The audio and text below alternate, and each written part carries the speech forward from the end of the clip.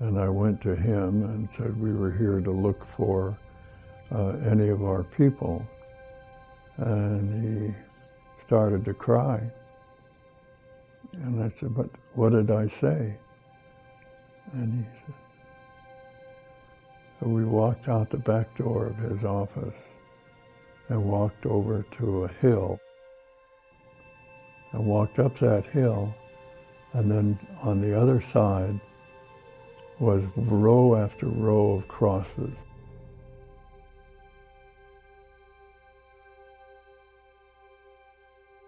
And I said, what is this?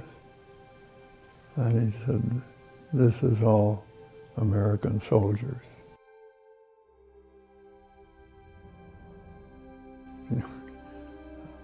How do you look at that and not know you got to change?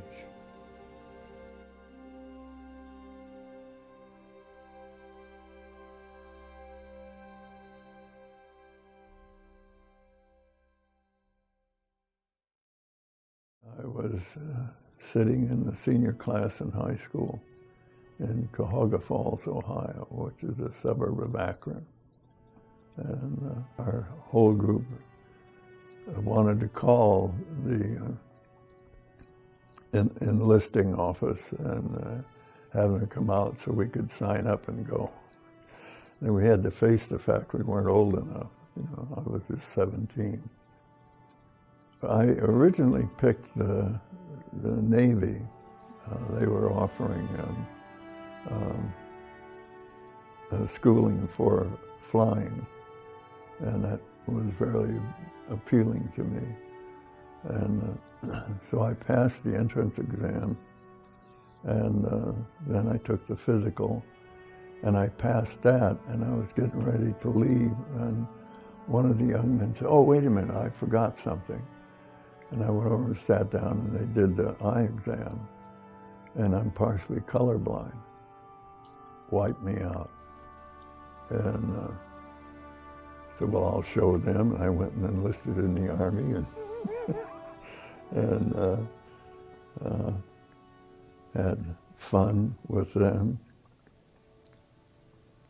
Boot camp offered you an order to do this and this and this and this every day. The orders for today are not the same as the orders for the next day, but they're all orders to you, and you do what you're told. And when it's done, your body is a lot stronger and a lot more useful than it was. I learned some things about my body I hadn't known before. But it taught me a good bit, and I really did work at what they were offering, and it was very helpful.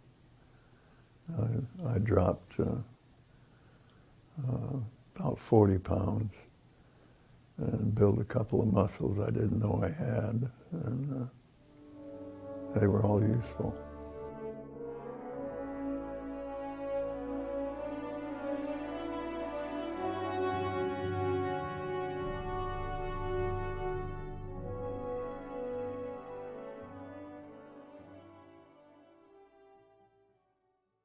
On December 24th, 1996, two ships, the SS Leopoldville and the Cheshire, sailed across the English Channel carrying the 66th Infantry with them. After the loss of troops at the Battle of the Bulge, time was of the essence, so the ships were hastily loaded and sent across to reinforce the depleted lines. They had set up a plan for us to go into Upper France, where the main war was taking place. The Leopoldville was a passenger ship that spanned over 478 feet and had a beam 62 feet tall and could carry over 5,000 troops. As the ship neared its destination of Cherbourg, France, it was struck by a torpedo from a German U-boat. We went across the channel to France, and on the way we got nailed by two submarines. instead of being grouped together the way we were, which was an easy mark for the torpedoes, we scattered. And we lost a little over 3,000 of our division troops. Some of them just got knocked overboard, but some of them also got killed with the explosions.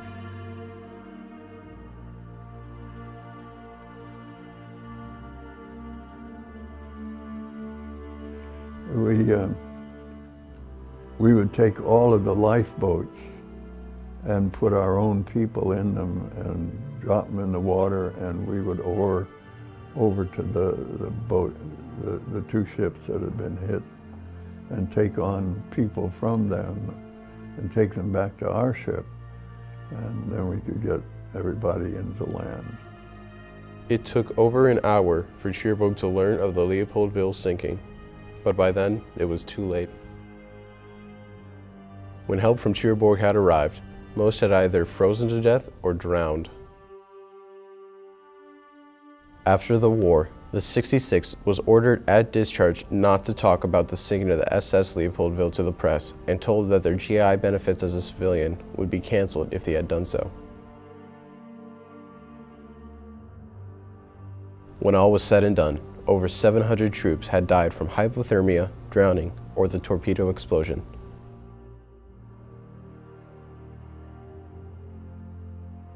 The destruction of the SS Leopoldville will go down as the second largest loss of life by sinking ship in the entire European theater.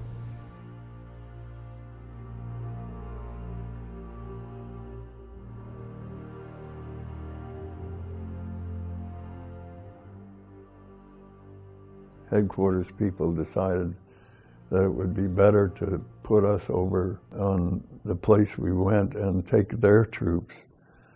And so they pulled us aside and brought us into a place near Lorient-Saint-Nazaire, where they had backed up a bunch of Germans into what then was sub-pens. And we had to hold the Germans in there. And we found out that there was over 90,000 Germans in there. You know, we had under 30,000 in our division, and a lot less than that on two different French groups. But fortunately for us, we held them where they were, and while they outnumbered us about 2-to-1, they were waiting for their comrades to come out of Germany into France and come close enough that then they could come together. And our troops went so well against the Germans coming out, they couldn't make it. And so the people here where we were couldn't make it either.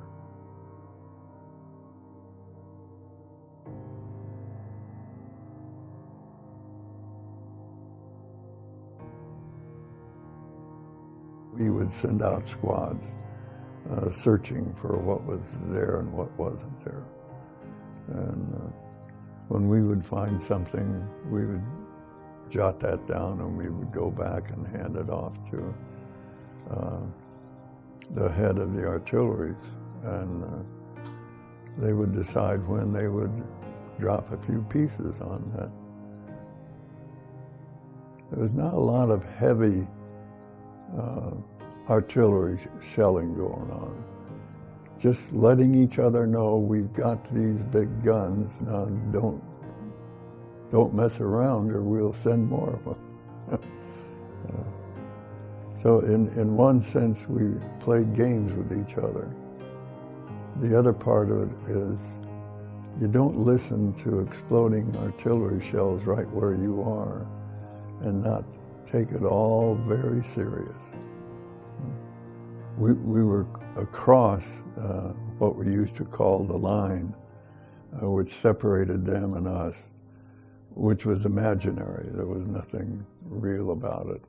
We got shelled by mortars, and we just laid down and waited until they stopped, and then we got up and ran for some cover. And in a little while we got back, and all of us got back. It wasn't true for two other squads that went out the next day. They both lost, I believe it was 2 men each.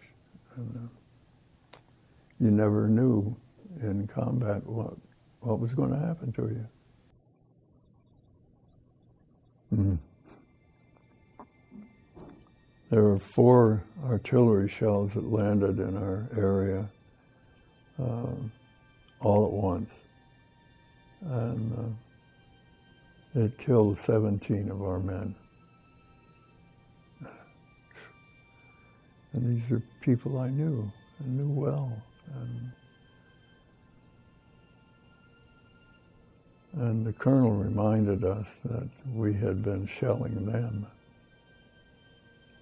And when the war was over, we found some people we could talk to and asked them how our artillery had done. And they remarked that on one day, our artillery shells killed over 100 of their men. There is a better way to live, even with people you don't love.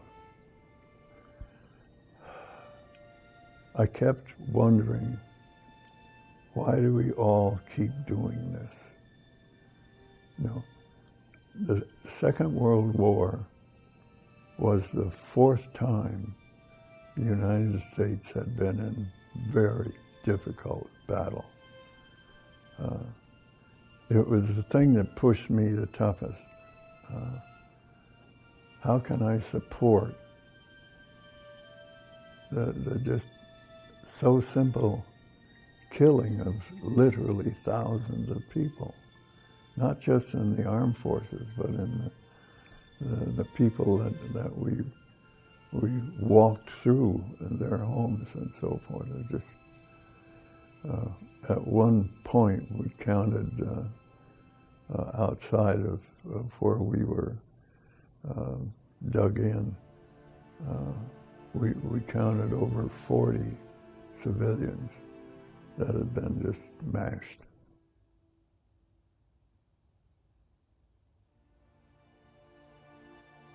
And it was like, when you're not careful and more often don't care, you just throw stuff and hope it does your job. Mm-hmm. All of that hit me too hard. And so when we finally got back, we were in France, and then I think it was only 6 weeks after VE Day that I got transferred to the 42nd in Austria. The original group I had gone over with, the 66th, was canceled and split. More than half of them were put on board a ship and went through the Panama Canal headed for the Pacific. And I missed that one. So the rest of us, like I went into the 42nd and I was basically stationed in Salzburg. I was with a group. We were sent up into the mountains looking for some Germans, mostly SS troops. And we went up to find them. We lost a couple of our people doing that. They lost more than that. I did that a few times. I didn't do it all the time. I had more responsibility for looking after a prison. When I had changed the guard from afternoon to evening, and I had been thinking about this for a good while, and so I decided to go visit the officers of the whole group, and I knew where they were, and so I went and knocked on the door, And one of the men came and opened the door, and I said, I would like to speak to your commander.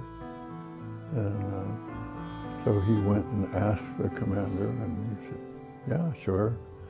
So I went in, and I simply told him I was concerned about him and his men, and did he have any real complaints? And he said, well, what would you do about it? I said, if you have a real complaint, I will pass it on. Well, we don't really have a good complaint. And they didn't, because we made very sure they had a good, warm, dry place to sleep and 3 meals a day. And he was aware of that and said so. So I said, well, I'll be around. If you need to pass the word on, just call me.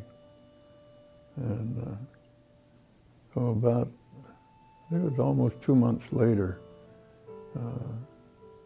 he came to where I was and he said, I'd like to talk to you for a little. I said, sure. So he was telling me about him and his group and how it was getting to be time for him to go home. I said, oh, that's a good thing. He said, well, I'm going to have to work when I get home. I said, gee, what a shame. And he said, but I want to tell you that you and your men have made us feel human again. Boy, what a pat on the back. Whew.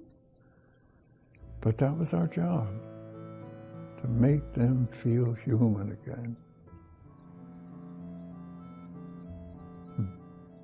And I should drop the one word, you can't make people do that. You can open a door, but they have to decide. And most of them do. After the war was over in Europe. Then came home, and we came on a troop ship and started out of Germany and came back into New York. I boarded a very large ship. It was half tanker. And they brought 50 of us back home. And I liked it because I was a staff sergeant and everybody else was under that. So it was just a pleasant journey back home. Got back to New York, and I called 2 buddies of mine who lived in New York, and I knew they were home. And they told me how to get to their place in Brooklyn, and I went, spent the day, and the one's mother made a special meal for me, and the least I could do was eat it. Yeah. But they were very kind. And I got the train and came out to Indiana and got discharged, and I walked out of the tent where the discharge was, and there stood my dad. And we ran at each other, and what a time. So we got in his car and put my stuff in the trunk and started down the road. And I said, Dad, I'm a little thirsty. Good thought. He pulled over and stopped. We went in, and he ordered 2 bourbons from the guy behind the desk. And he said, we've never had a drink before, pal. And he handed it to me, and I said, we're going to have it now. And I remember my dad said, well, are you going to re-enlist? And I said, yeah, Dad, but not in the Army. And I didn't, and he kind of looked at me and then decided to walk away from it. And about a year and a half later, I made the decision to enter the ministry. And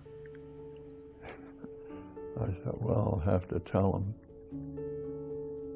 And I went to him and I said, well, Dan, I've got to tell you something. No, you don't. Well, I'd like to. Well, I already know. What? You want to be a preacher. Now, how does Sam Hill, did he know that? You know, well, that's what a good father does. He keeps track of you and knows where you're headed and why, and if he can, he helps. And so when I came out of the war, and it was pretty miserable, I began to think about how could I help our people not do this again?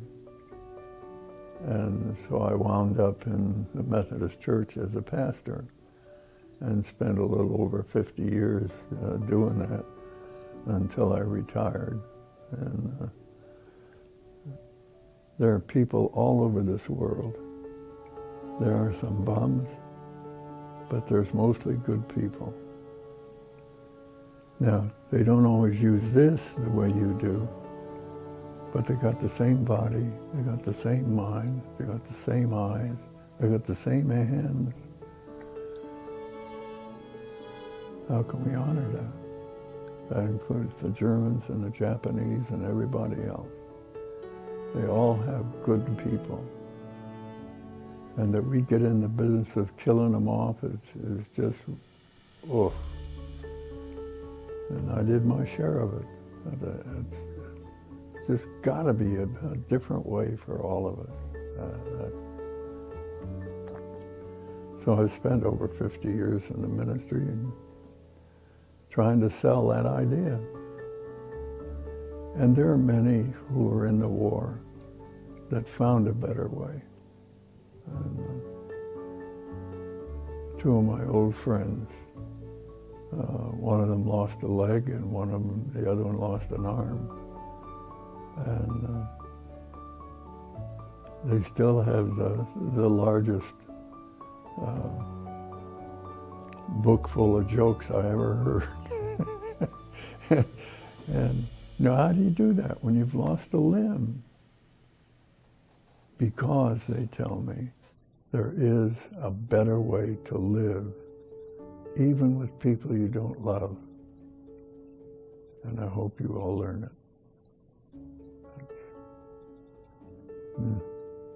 Some absolutely wonderful people that I knew in the war. There were some wonderful people. And a few others, but you know, I don't know where they classed me, but I wasn't especially wanting to find out. But there were just wonderful people. And there's got to be a better way for us all to learn.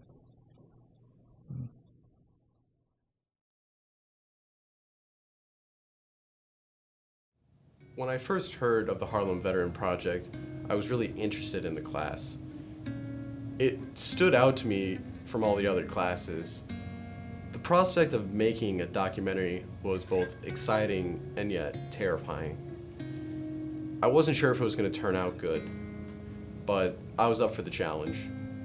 The first day of class, we got to choose our veterans. James's name really stood out to me because I was very interested in covering World War II. His story is both inspiring and heartwarming. I was never able to talk to James because he passed away before I was able to finish my doc. But I feel as though I knew him because of all the time I spent putting together this doc. If it wasn't for the program, I would never have met James or have been able to hear his story. This program is fantastic because it gives the students the chance to learn about history in a way only this program could do. I would like to thank the Harlem Veteran Project, and I would also like to thank James for everything that he's done. I hope you enjoyed this doc. Thank you.